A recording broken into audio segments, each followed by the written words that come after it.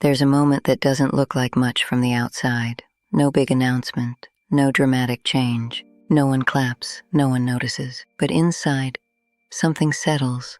Not perfectly, not confidently, just enough. Enough to make a different decision this time, and it usually shows up in a small moment.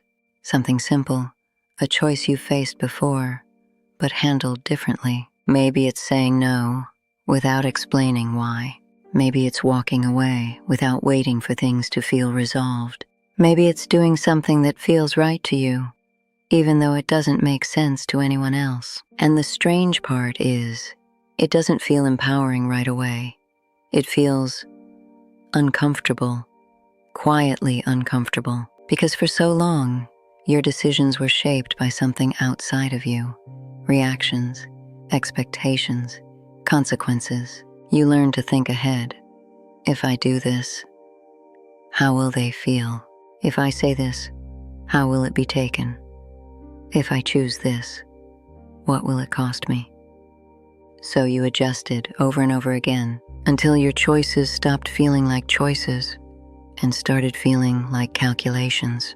What works, what avoids conflict, what keeps things steady. And in that process, you got really good at predicting outcomes, but not so good at recognizing yourself. Because somewhere in all that adjusting, you stopped asking a simpler question. What do I actually want? Not what makes sense, not what keeps things smooth, not what avoids disappointment, just what feels right.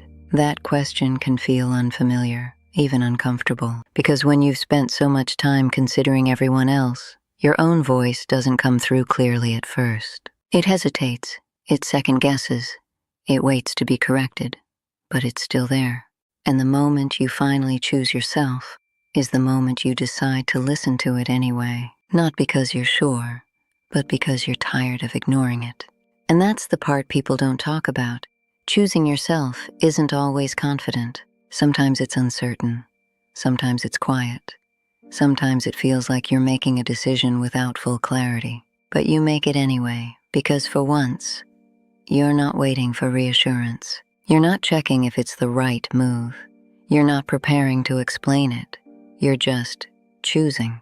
And that changes something. Even if nothing around you shifts immediately, your life might look the same. Your routines might stay the same.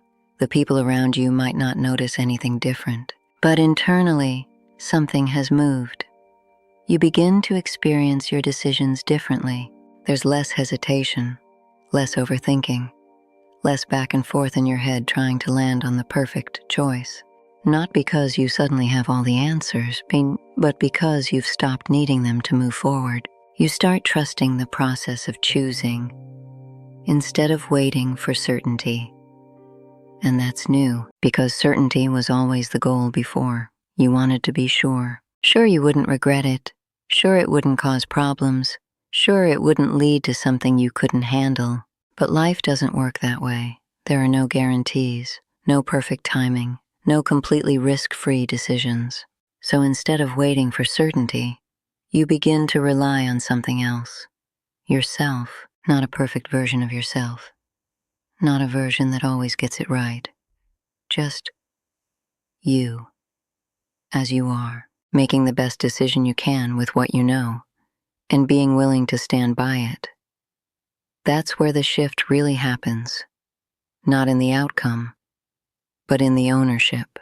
You stop looking at your life like something happening to you, and start seeing it as something you're actively shaping, even in small ways, even in quiet decisions. And those small decisions start to build something, not all at once, but steadily. A sense of direction that doesn't rely on outside input. A sense of steadiness that doesn't collapse under doubt. A sense of presence in your own life. You begin to feel included. Included in your own choices. Included in your own priorities. Included in your own direction. And that might sound simple, but it's not, because for a long time you were present for everything else, except yourself. So this is new territory, and it won't always feel easy. There will be moments where you question it, moments where old habits resurface, moments where it feels easier to go back to what you know, to ask for input, to seek reassurance, to wait for someone else to confirm what you're already feeling. But even in those moments, something is different now. You notice it, you catch it, and instead of automatically following that pattern, you pause, and that pause, that's where the change lives. Because in that space, you have a choice, and more often than not, you choose yourself again, not loudly, not dramatically, just consistently. And over time, that consistency becomes something you can rely on. You stop feeling like your life is something you're trying to manage and start feeling like it's something you're actually living. And maybe that's what this moment really is. Not a bold declaration, not a complete transformation, but a quiet shift in direction, a decision to stop standing on the outside of your own life and finally step into it, even if it's unfamiliar, even if it's uncertain, even if it takes time. Because something inside you knows waiting any longer would cost more than moving forward without guarantees. And maybe that's enough.